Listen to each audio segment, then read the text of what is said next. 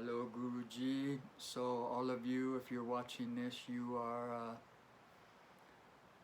your own G-U-R-U. You're your own guru, and I want to start before I go into sharing something that I think will be a big help for your own meditation and healing your body. I want to just say Krishna Prem came into my life in California. I wasn't a sannyasin. I was selling real estate in the high desert, and 1 or 2 hours a day I would go to the Rajneesh Yoga Institute, and that was the meeting place of Osho people back then. And so Krishna came into San Diego, and we meet, and I immediately liked him. I mean, Krishna's the most selfish guy I've ever met. And when I say that, I say it with full love. He is so like a bodhisattva. This guy, when you get to know him, he doesn't feel good unless the people around him feel good. So he does it like, it's just like to make you realize yourself makes Krishna happy. I don't know, I've just noticed that since the beginning. He really loves to help you look inside and see the beauty of the enlightened Osho. But not only the enlightened Osho, but how you are enlightened. He was doing the same thing 44 years ago, back in 1976. So then, after we got to know each other, and he's always listening, and he's, what, you're into real estate? And I had my own company at that time. I was on the fast track to be a millionaire. And so then he says, let me talk to you. So and the guy he's just such a good, just so funny, so personal. So I was very happy. We went out after the yoga class. Krishna never did yoga back then, sorry to tell you that, because this guy was, everybody, even back then, people were wondering, is this guy enlightened, or what's going on with this guy? He like seems to be tuned into something. But it was so funny. We're all with, all the yogis, and they're putting their foot up on top of their head, and they're bending, and Krishna Prem at that time, I think he's looser now. Funny, he's in his 70s, and he's actually looser than in his 30s. But he could barely touch his knees when he bent forward. So it was so funny, all these kind of aspiring yogas, it's all about the look, and KP was just this really, he had already kind of digested Osho's loose and natural energy. So anyway, I won't take much more time, but I wanted to start by saying he's been part of my life. And the next day, I told him that night, I said, hey Krishna, I can drive you to a place, because he wanted to have a commune for Osho, an ashram in California, that the Americans living in LA, San Diego, there's like 13 million people within. That's why the land I was selling was potentially valuable. It was up in the high desert. So I said, Krishna, I can show you a place, you can have a commune. And so neither one of us had very much money then, but my company, they always paid the expenses of the trip. So it was a 3.5-hour drive, and I remember a lot of things from that drive. It was really, really, really beautiful, because Osho, Krishna had been many times with Osho in the early meditation camps in Bombay, in Pune, and he really has always had this ability to transmit higher frequencies of energy.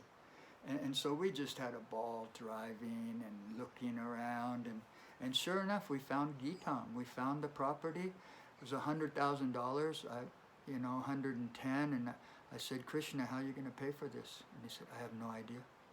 I said, what? He kind of had me thinking maybe had access to money. He said, we're going to have to figure this out, aren't we? So then it just was a hilarious 6-week process of getting this deal together and financing the money. It doesn't sound like that much now, a $100,000 piece of property, but back then that was a lot of money. We had to come up with a $15,000 down payment. And so it would have been 20, but he looked at me one day after I kind of was really friendly with him, and he said, you know, Ron, that was my name then, Ron. He said, how much of a commission do you get on this property? And I told him, would have been a really good commission for me, you can imagine. And so I told him, and then, so he said, what if we write that off? It would have been over like 5,000 or at least. And he said, we write that off, and then you can always be at Geetam. And I was in love with Osho. I really was in love with his sannyasins. So being the yes I am, I said, right on. So right away he got 5,000 off the deal. But anyway, thank you. I'm glad to be in the GURU world, and I'm going to share something with you now that I hope can touch you as deeply as it touches me. Thanks, Krishna. All right, friends, I want to share 5, maybe more steps that you can take at home with your own hands and your own inner consciousness, your own sensitivity. You can remove the pain and fear in the pelvic. Let me show you here. In this pelvic, sacrum, the whole pelvic, and hip joint area. This is the hip. So in this kind of circle of energy, and I'm gonna, because what I realized is literally a high percentage of people in the world, they're suffering from back pain here. They have flexibility issues, pain issues. They have emotional issues in this area. They have fear. They have even cancers. Like when you're in this area, you've got a big range of potential sites of cancer. So I think this is one of the most important areas of the human energy field, to get a good feeling of it from inside and kind of free yourself from the memories and come into the moment. This is all about coming into the moment with you right now. So I'm going to take you through a number of steps and talk about using your own touch, and yeah, I think you're going to love it. So the human body is the greatest miracle in all of existence, you know, and I'm talking about you, GURU. And this mystery, this miracle needs to be loved. You need to really, I think many people, the reason we have pain, tension, fear, is we're not really inhabiting our body. We're not really in it like we're meant to be. And we haven't brought meditation into our body. So the first thing I want to talk, I have a number of important ingredients for healing your lumbar, sacrum, pelvic pain. The first is, you are an electromagnetic, vibrating energy field. What does that mean? Like, at the deepest, the science, the physics of me, of you, is that we are electromagnetic. In fact, all of life energy moves through electromagnetism. So I know you've heard this word, but what does it mean, practically speaking? So let's take the sun. The sun radiates constantly in all directions, right? It's a sphere. It's a center, and it radiates like an electromagnetic pulse beat, what Osho sometimes called the pulse beat of the universe. And it's not only radiating energy, but it's holding everything together. The sun is magnetic. It holds our whole solar system together. So the sun is the macrocosm. There's a bigger macrocosm, but we are the microcosm, and I am also an electromagnetic field. And if I don't live in that with awareness, I miss a big secret of healing. So what does that mean? My heart, think of your heart right now. Physically, spiritually, emotionally, but let's start with physically. It's sending blood so fast, it takes 28 seconds for blood to leave my heart, go to my foot, and come back. You know how fast that's moving, and it moves through, like you must have seen, like literally thousands of little tributaries. And so the heart is sending energy out. The heart has been measured by physicists that it's one of the strongest energy centers in the human body. It radiates for meters. So it's going out, but right now your heart is pulling in. It holds everything together. The blood is coming back to the heart in the exact same proportion as it's leaving the heart. So it's a circle of electromagnetic energy. Okay, so then my body is emanating energy. This is what we used to, in Osho's commune, we used to work with Kirlian photography, which measures the aura. This is the energy coming off of every living thing, not just human beings, but everything has an aura. And so then when you start to feel that you have an aura, you start to sense that, what it means. And then there's something in the center. We literally, and our breath shows it very well, it moves out to every cell of the body and it comes back. And there's a pause. And these are the electromagnetic energies, which in India we call it the sattvic energy, the raja energy, and the tamasic energy.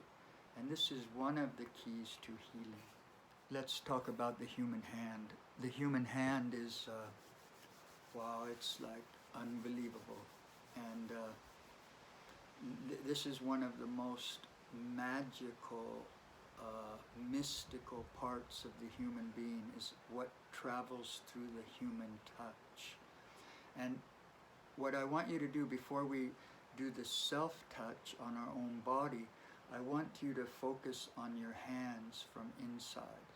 And to do this, we will take the third eye center in the center of the head. We will take the heart center in the center of the chest. And we will take the hara center in the center of the belly pelvic area.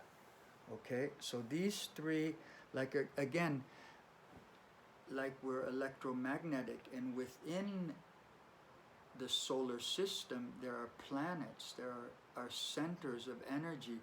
Within the human body there are energetic centers, and these three are three of the primary centers. Okay, so the hands. Physically they're connected to my brain through the nerves. So there is a physical connection. This can be mapped out. If I move my fingers, it gets the impulse from my mind. Okay, and then I touch, and then I feel. It goes right to the brain. So you see that. So what I want you to do is get your hands really warm, and then think and tune in and feel your third eye. And for the next few breaths, breathe with an open circuit of energy between your hands and your third eye.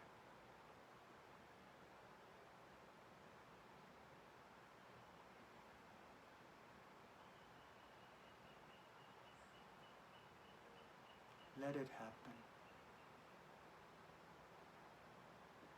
There is a continuous flow of energy. You don't even have to do it, but you have to become aware of it between your intuition, your mind, your higher consciousness of the mind, and your hands. So when you are connected to this, your hands are already more sensitive and more potentially healing.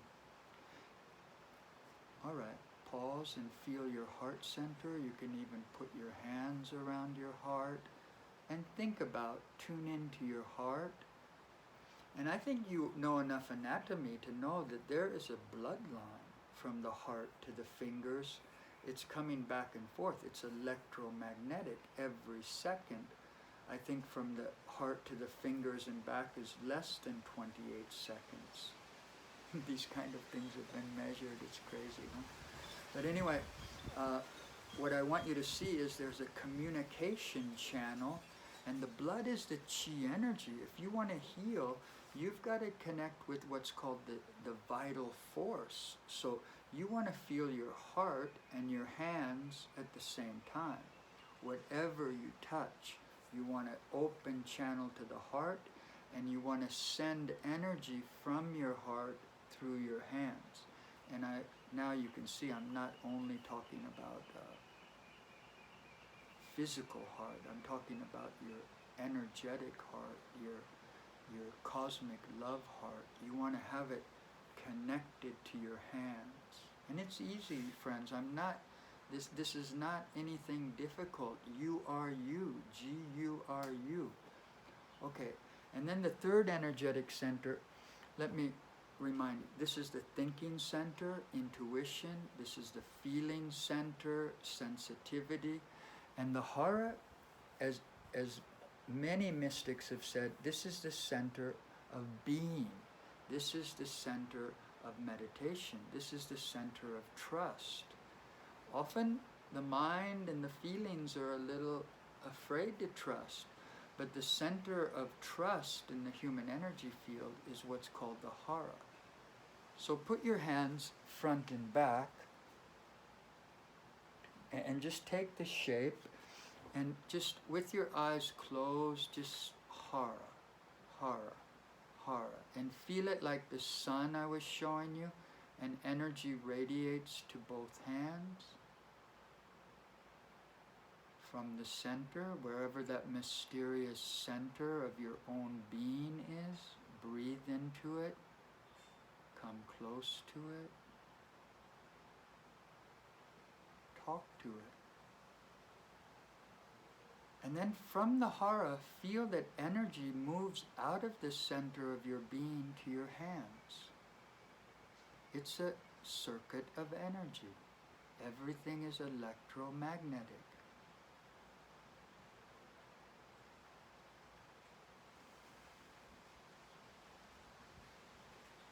All right, friends. That's the third step. After we connect to the electromagnetism, the hands are delivering the touch, but the touch comes from deep inside of you, and you sense through this connection to these three centers. Then the next thing I want to talk about is witnessing, inner witnessing. So when you have pain, and again we're taking this area, or when you want to watch your body, okay, you want to see it from the inside. So, or whatever you're witnessing, the key to witnessing is to develop the ability to not try to feel anything. Just be with what is. You don't try to change anything. So come into your breath, into that pelvic sacrum area, and just be a witness. And then I'm going to ask you to feel, as we go into the touching, feel without trying to change what you're feeling, without judging it. Because if you judge it, oh, that's bad or that's good, then you lose meditation. And meditation is the deeper healer than medicine. Meditation and medicine are similar, but without this meditative approach, you will never get freedom from pain. You'll always be stuck in this is bad and this is good. Okay, so then you don't try to change, you don't judge, you don't have expectations. When you touch yourself and when you look inside, be open to seeing without any expectations, but be very open to see the truth. And then another very important thing to do, because we're all creatures of habit, we're all creatures of comparison. Learn to look inside in this moment and not compare it to any other moment you've ever lived. Don't compare. Witnessing is learning not to compare. So let's practice that for a moment. Just watching inside, feeling that whatever comes to your perception, and you're just going to watch without comparison, without judging, without expectation.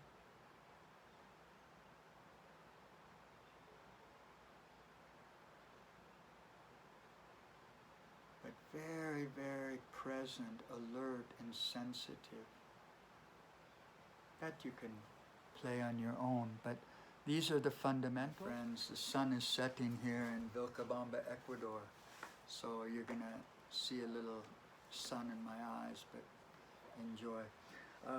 The next step on our journey is, but you have to keep the 3 steps in the background. They have to, it's always part of it. But step 4 is visualizing your inner anatomy. Okay, we're talking about the pelvic, sacrum, low back area. So this is from the Book of the Secrets. Osho brought this back from Shiva, centuries ago, and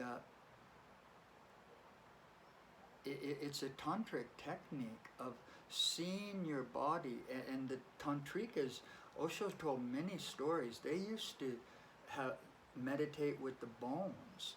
So you want to see the physical anatomy, and so have a picture or look in an anatomy book and see the vertebrae, see the pelvis. I like to see one pelvis because we actually have 2 pelvises, the left and the right, and this becomes very important for long-term healing also, is seeing the left and right as 2 skeletons. So then you want to see the skeleton. We're going to go around the skeleton, and all of this can be felt, these little bumps. This is your sitting bone. You're sitting on, and if you just let your hands relax, you can feel the contour of these bones.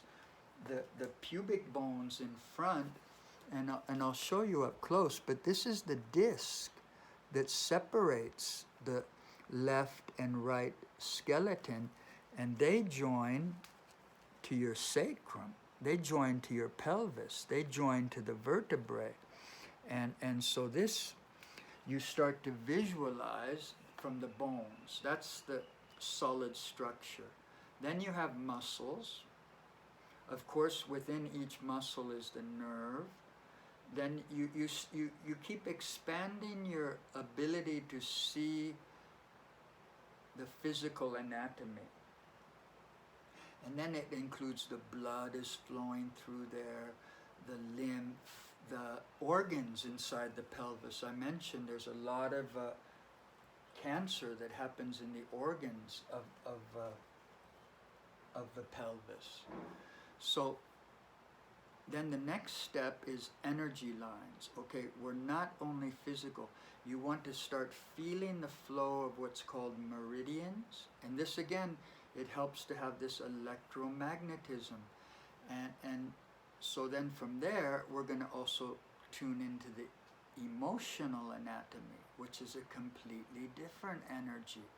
So the fascia, let me say this word again, fascia is the connective tissue that holds everything I've just mentioned together. The bones, the muscles, the blood, the nerves, the organs, the glands, the lymph. It's all embedded in this kind of spider web that's alive of fascia. And the nerves and the fascia and the body cells have a memory. Every cell is like a computer in the sense it remembers. So when you have pain, when you have trauma, when you have fear, it gets into the memory system, and then the fascia congeals. It can become a protective around the pain point. So this is what next. So you need to educate, and again, G-U-R-U. You are you. And so I'm not talking about something medical. I'm talking about meditative awareness of your inner energy field. So we've gone through all this. We started seeing the anatomy from inside. We started visualizing, feeling. Now, before I go further, we have to mention the breath. Like, learn to breathe in to the anatomy. See your bones breathing. See the muscles breathing.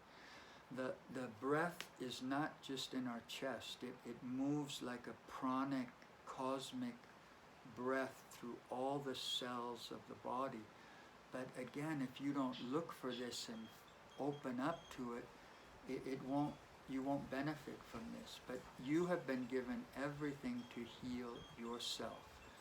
The body is a self-healing mechanism, but only if you become conscious. This is why I keep emphasizing conscious touch, conscious movement, conscious breathing, and then you just let it happen. It's effortless effort. It's not that you move imitating, you just feel your movement, you feel your breath. You don't try to breathe or move like me.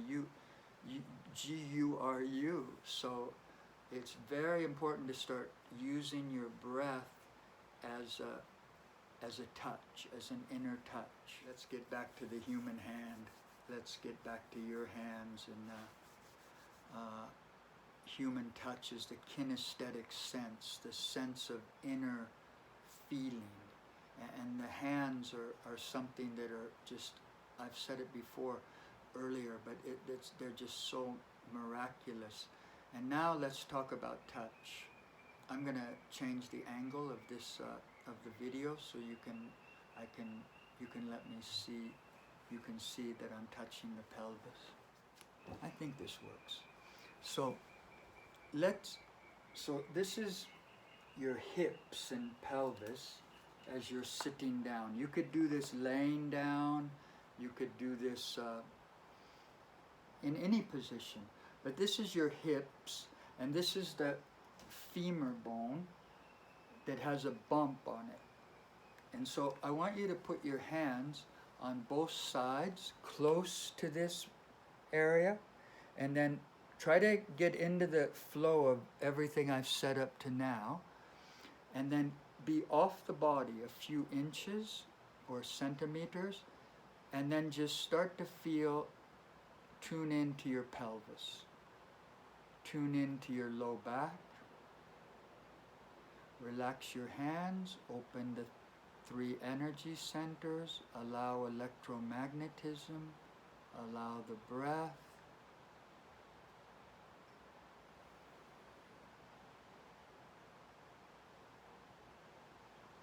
Keep feeling your hands. And now feel your pelvis expanding as you breathe. And feel that your hands, even though you're not touching, they are centering your awareness there. And let your aura expand. And now change the hands so one hand is in front of your pelvis and the other hand is in the back. So put your hands front and back now, but again, don't touch. And just feel the energy radiating forward, backward, and try to feel the center. You might not feel it with me right now, but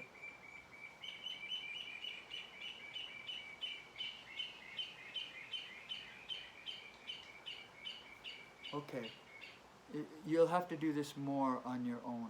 The next, it's like touch is a spectrum, a rainbow of touch. When I use the word touch, I don't mean massage. I mean something much bigger. The word touch is not understood the way we teach it in ARUN by most people. So now the next kind of touch is a very soft touch. I call it ultra light. I call it a touch of neutrality. In yoga terms, I say sattvic. You just take the shape and you don't press. And then again, you would be on your body. Let's say your pain point is the right side.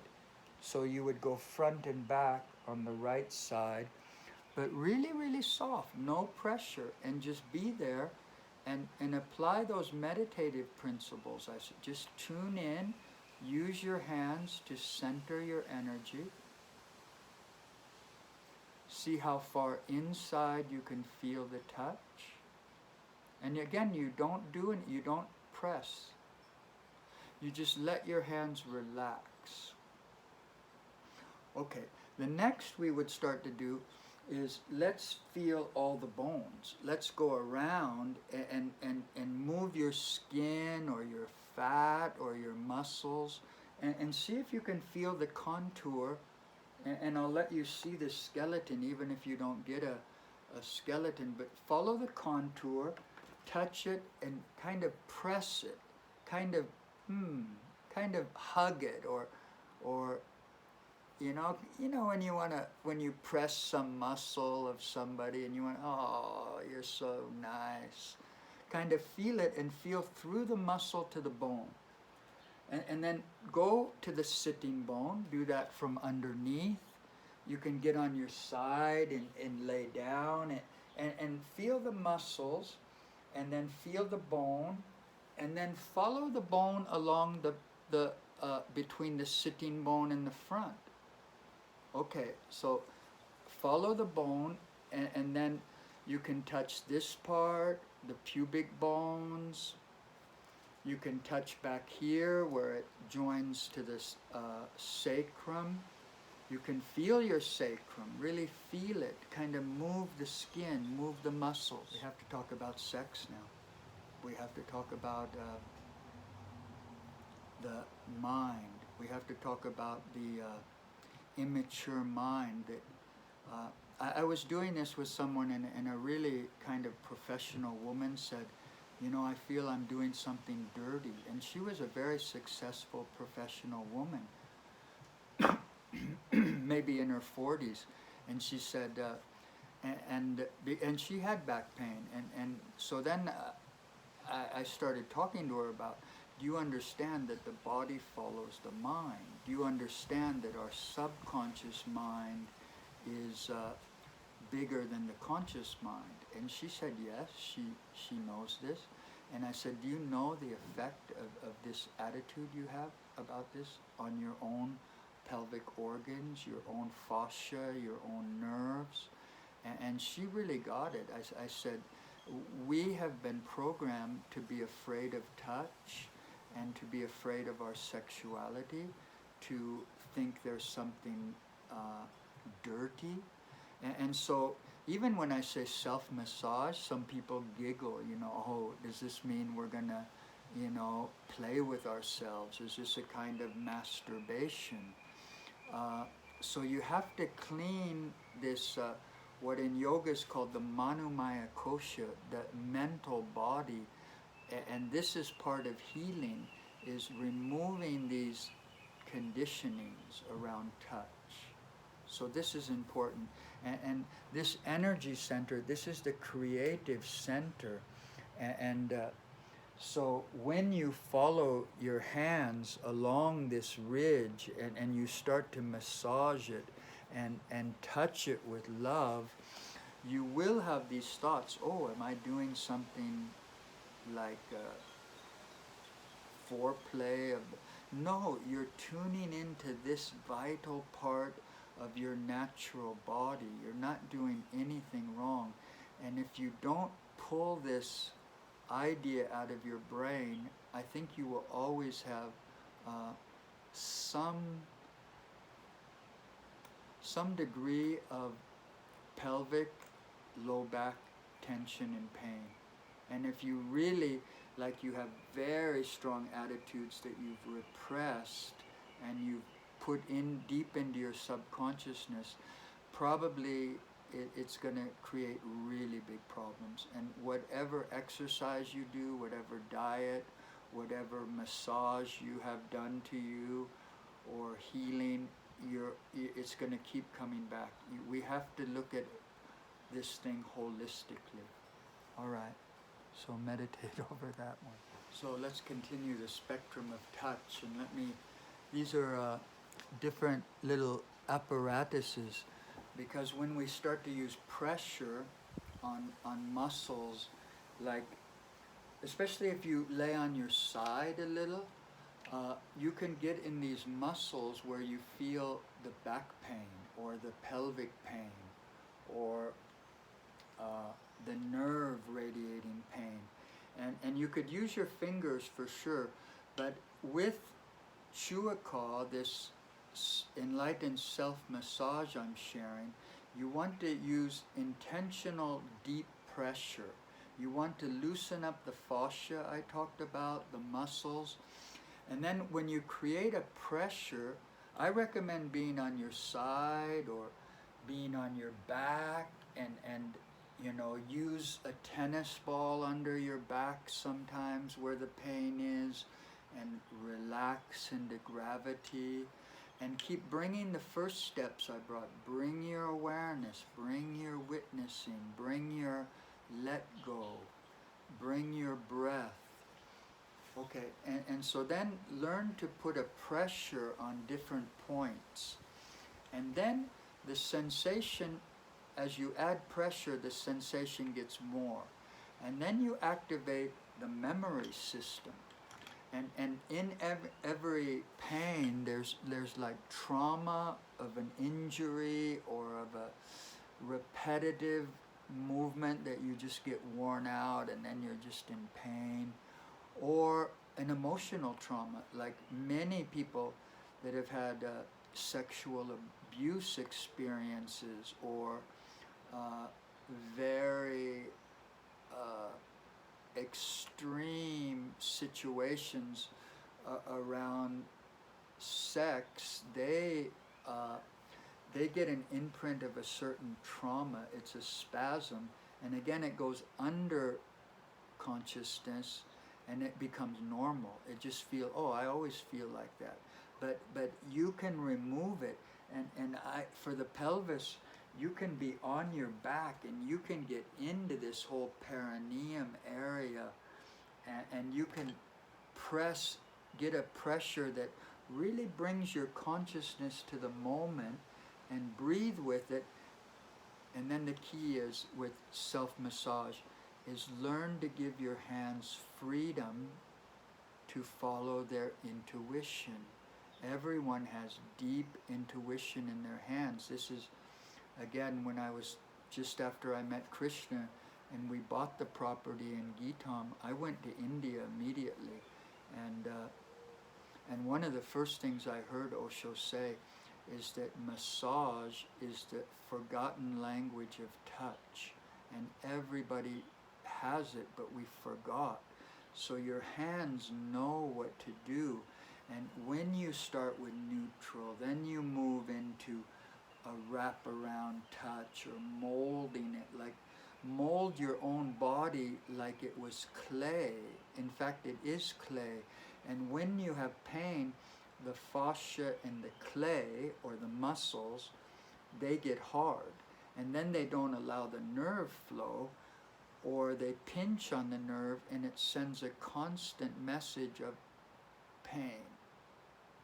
So, and then pain brings fear. So all of this, give your hands permission to respond to what you're feeling. If you feel to move while you're touching, or bend, or stretch, one leg away while you do that, just kind of, we call it in touch-based healing, it's called unwinding. Let your body, in India, like I used to do this yoga, it's called latihan.